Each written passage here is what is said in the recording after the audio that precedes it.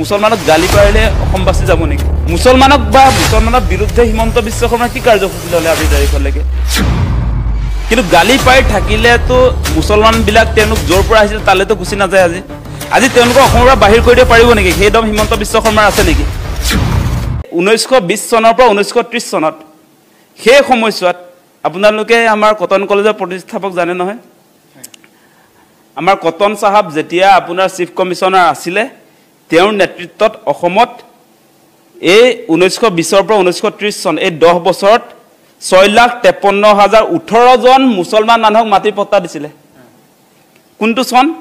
1920ৰ পৰা 1930 এই 10 বছৰত মুছলমানক দিয়া হৈছিলে মাটিৰ পট্টা 6,53,018 জনক। তাৰ বিপৰীতে হিন্দুক দিছিলে কেৱল 84,279 জন। মানে আপোনালোক সকলোৱে লক্ষ্য কৰে, আমিও লক্ষ্য কৰোঁ যে মুছলমান আগ্ৰাসনৰ ক্ষেত্ৰত, মুছলমানৰ জনসংখ্যা বিস্ফোৰণৰ ক্ষেত্ৰত আচলতে আমি কেৱল কংগ্ৰেছক দেখি থাকোঁ। আচলতে কংগ্ৰেছে আনিলে, কোনে আনিলে সেই কথাটো আমি জনাটো দৰকাৰ। মানে ইতিহাসে কি কয়, বুৰঞ্জীয়ে কি কয়, ডেটাই কি কয়। এতিয়া আপোনালোকে নিশ্চয় জানে মুছলমান অসমলৈ কেতিয়া আহিছিলে? মহম্মদ ঘুৰি আফগানিস্তানৰ পৰা আহিছিলে। তেখেতৰ নেতৃত্বত তেওঁলোকে যেতিয়া অসম আক্ৰমণ কৰিবলৈ আহিছিলে, মহম্মদ ঘুৰিৰ লগত আপোনাৰ মুছলমান সৈনিক হিচাপে তেওঁলোকে আহিছিলে, এই গৰীয়া মুছলমানবিলাক। সেইটো আহিছিলে কেতিয়া? 1204 খ্ৰীষ্টাব্দত, 1204 চনত আহোমৰ অহাৰ পূৰ্বে দেই। সেইটো প্ৰথম দাতা মহম্মদ ঘুৰিৰ সৈন্যবাহিনী হিচাপে আহিছিলে। সেই সময়ত কিছু সংখ্যক মানুহ ইয়াত থাকি গ'ল, যুদ্ধবন্দী হৈ গৈছে নহয় বহুত মানুহ, আৰু তেনেকৈ থাকি গ'ল। মিৰ্জুমলাৰ অসম আক্ৰমণৰ সময়তো আপোনালোকে জানে সেই কথা। সেই সময়তো ইয়াততো আহোম ৰজাইতো আপোনাৰ বন্দী কৰি ৰাখিলে আমাৰ যিসকল মুছলমান সৈনিক আহিছিলে মিৰ্জুমলাৰ লগত। গতিকে আমি সেই মুছলমান সাম্ৰাজ্যবাদীসকলে যেতিয়া অসম আক্ৰমণ কৰিছিলে, আমি যে খেদি পঠিয়াইছিলোঁ, কিছু ইয়াততো বন্দী কৰি ৰাখিছিলোঁ, সেইবিলাক থাকি গ'ল। সেইটো ইতিহাস কৈ আছোঁ আপোনাক। তাৰ পাছত আপোনালোকে জানে ইয়াণ্ডাবু সন্ধি 1826 চনত যেতিয়া সংঘটিত হ'ল, সেই সময়ছোৱাত ইয়াণ্ডাবু সন্ধি কাৰ লগত হৈছিলে? মান আৰু আপোনাৰ ব্ৰিটিছৰ লগত, আমাৰ লগত হোৱা নাছিলে। সেই সময়ত আমাৰ 27 লাখ মান জনসংখ্যা আছিলে অসমত 1826 চন মানত। সেই সময়ত আপোনাৰ মানেতো অসমত কচু কটা দিছিলে, কাটি মানুহক মানে আপোনাৰ মাৰি কাটি শেষেই কৰি দিছিলে। 8-9 লাখ জনসংখ্যা কাটি দিছিলে। মানে অসমটো একদম খালী হৈ গৈছিলে মোটামুটি। সেই সময়ত আপোনাৰ ব্ৰিটিছে অসমত আহি মানৰ লগত চুক্তি কৰিলে। মানৰ চুক্তি অনুসৰি কি হৈছে, ইয়াতে আপোনাৰ তেওঁলোকে ব্ৰিটিছৰ অধীনলৈ গৈছে, মান গুচি গ'ল অসমৰ পৰা। ব্ৰিটিছ আহিলে, ব্ৰিটিছে ইয়াত কি হৈছে, সম্পদ লুণ্ঠনৰ কাৰণে আহিছিলে। জানে আপোনালোকে তেওঁলোকৰ ইষ্ট ইণ্ডিয়া কোম্পানী, ইয়াত তেওঁলোকৰ চিফ কমিশ্যনাৰবিলাক আছিলে, গভৰ্ণৰ জেনেৰেলবিলাক আছিলে। কমপ্লিটলি আপোনাৰ আহোম ৰাজত্বৰ পৰা আপোনাৰ ইষ্ট ইণ্ডিয়া কোম্পানীৰ হাতলৈ, ব্ৰিটিছ চৰকাৰৰ হাতলৈ আমাৰ শাসনভাৰ গুচি গৈছিলে।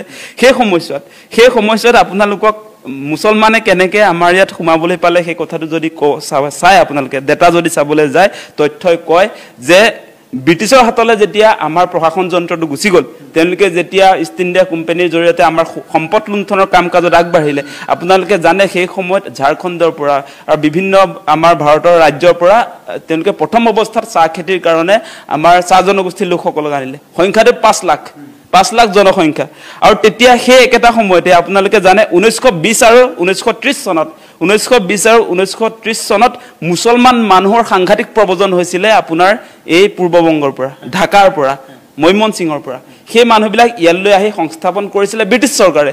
কিমান কৰিছিলে সেইটো জানি লওক, সেইটোতে ইণ্টাৰেষ্টিং হ'ব। কংগ্ৰেছে আনিলে নে কোনে আনিলে, কিন্তু সেই সময়ত গোপীনাথ বৰদলৈ আছিল, সাংঘাতিক প্ৰতিবাদ হৈছিলে। অসমটো নাথাকো বুলিয়ে কৈ দিছিলে ভাৰতৰ লগত, কাহিনী তেনেকুৱা। সেই সময়ত আপোনালোকক ডেটা দিছোঁ, এই 1920 চনৰ পৰা 1930 চনত সেই সময়ছোৱাত আপোনালোকে আমাৰ কটন কলেজৰ প্ৰতিষ্ঠাপক জানে নহয়? আমাৰ কটন চাহাব যেতিয়া আপোনাৰ চিফ কমিশ্যনাৰ আছিলে, তেওঁৰ নেতৃত্বত অসমত এই 1920ৰ পৰা 1930 চন এই 10 বছৰত 6,53,018 জন মুছলমান মানুহক মাটিৰ পট্টা দিছিলে। কোনটো চন? 1920ৰ পৰা 1930 এই 10 বছৰত মুছলমানক দিয়া হৈছিলে মাটিৰ পট্টা 6,53,018 জনক। তাৰ বিপৰীতে হিন্দুক দিছিলে কেৱল 84,279 জন। ডিফাৰেন্সটো চাওক, মুছলমানক কিমান দিলে? 6,53,018 জন মুছলমানক ভূমি পট্টা কৰি দিলে ব্ৰিটিছ চৰকাৰে। হেনৰি কটন চাহাব কটন কলেজৰ প্ৰতিষ্ঠাপক।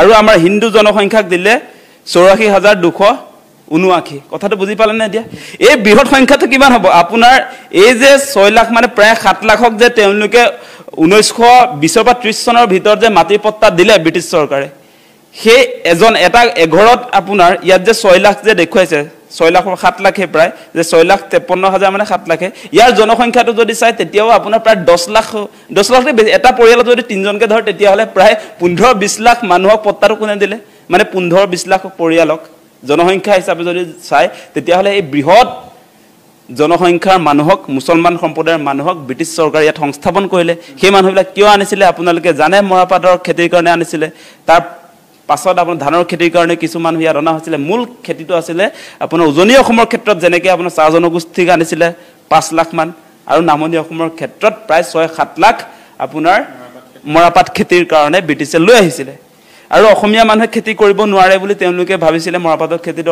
অসমীয়া মানুহে তেতিয়ালৈকে কৰা নাছিলে নাজানে গতিকে সেই মানুহবিলাক আনিছিলে ব্ৰিটিছে সংস্থাপন কৰিছিলে গতিকে এই কথা বতৰাবিলাক আমি জানিব লাগিব আৰু আমাৰ যেটো ডেটা সেই ডেটা অনুসৰি এই ডেটাৰ লগত কিন্তু এটা কথা আমি যদি মিলাই চাই আজিৰ দিনটোৰ যদি মিলাই চাই তেতিয়া হলে চাব এই এনআৰসি যে আপডেট কৰিলে সেই এনআৰসিত সেই কাৰণে মুছলমানৰ আপোনাৰ বহিৰাগতৰ সংখ্যা অবৈধ বিদেশী সংখ্যাটো কম মানে 1.5 লাখ বা 2 লাখ হ'ব আপোনাৰ হিন্দু বাংলাদেশৰ সংখ্যা 18 লাখ হে প্ৰ্যাকটিক্যাল কথাটো বুজি লওক সৰকাৰে এনআৰসি আপডেট কৰিছে দেই এটো আকাশ দলে কৰা নাই কথাটো কৈছো মই আপোনালোকে সকলোৱে জানে এতিয়া এনআৰসি খচৰাখন ফাইনেল হোৱাৰ পাছত কিয় এই মুহূৰ্তলৈকে বিদেশী বিতৰণ ব্যৱস্থা কৰা নাই কাৰণটো হৈছে যে সেই এনআৰসিৰ খচৰা চূড়ান্ত তালিকাত হিন্দু বাংলাদেশীহে তাত আছে প্ৰায় 17 লাখ মান আছে কাহিনী বুজি পাইছে নাই কিন্তু অবৈধ মুছলমান সংস্থাপনৰ ক্ষেত্ৰত ব্ৰিটিছ চৰকাৰে আনিছিলে সেই কথা দেতাই কয় তাৰ প্ৰমাণ পত্তা কোনে দিছিলে হেনৰি কটন 1920 পৰা 1930 লৈকে কিমানক দিছিলে 6,53,000 লোকক দিছিলে তাৰ বিপৰীতে অসমৰ থলুৱা মানুহক কিমান দিছিলে 84,000 গতিকে সেই কথাবিলাক নাজানিলে এনে বিতৰ্ক কৰি লাভ নাই গতিকে আপুনি সেই কাৰণে এতিয়া মিয়াক খেদিম বুলি ক'লে মিয়াক যে বাহিৰ কৰি দিব নোৱাৰি সেই সময়তে পত্তা পাই তেওঁলোকৰ কাগজ পত্ৰ ক্লিয়াৰে হৈ আছে তাৰ পাছত কিছু সংখ্যক আহিছে কাৰ কাৰণে আহিছে যে আমাৰ সুপাধিলা নীতিৰ কাৰণে আমি যে সীমা সমস্যাবিলাক সমাধান কৰিব পৰা নাই কাটাতাৰ ব্যৱস্থা কৰিব পৰা নাই আজি বিজেপি চৰকাৰেতো তাত সীমাত গৈ প্ৰথম যেতিয়া সৰ্বানন্দ সোণোৱাল মুখ্যমন্ত্ৰী হল 1 ইঞ্চিও বাংলাদেশিক মাটি এৰি নিদিম বুলি কৈছিল সীমা পুনৰ নামত হাজাৰ বিঘা দি দিলে বাংলাদেশক দূৰবীন চাই সীমা সমস্যা সমাধান কৰিম বুলি তাতটো এটা হেৰিও চলিছিল এটা ফিল্মি ষ্টাইলত মানে তেনেকুৱা ধৰণৰ নাটকো চলিছিল কিন্তু সমাধান নহল আজিও উন্মুক্ত হৈ আছে আজি ভাৰত বাংলা সীমাত মুঠৰ ওপৰত এই সংগ্ৰামখনে আচলতে কাৰুৰ লাভ নহলেও পলিটিক্যালি হিমন্ত বিশ্ব শৰ্মাক হিৰো কৰোৱা এটা সংগ্ৰাম হৈছেগে এতিয়া কিন্তু হেতুবা আমি সাৱধান হ'ব লাগিব আমি জনা শুনা মানুহবিলাকে যিসকল শিক্ষিত আজি যুৱক যুৱতী আমি নেতৃত্ব দি আছো যিসকলে জাতীয় জনগোষ্ঠীয় সংগঠনক প্ৰতিনিধিত্ব কৰি আছে আমি আসল ইতিহাসটো জানিব লাগিব আৰু এই ক্ষেত্ৰত আসলতে মেইন প্ৰ্যাকটিক্যালি আসলতে আমি কি কৰিব পাৰো সেই পৰ্যায়লৈকে যাব লাগিব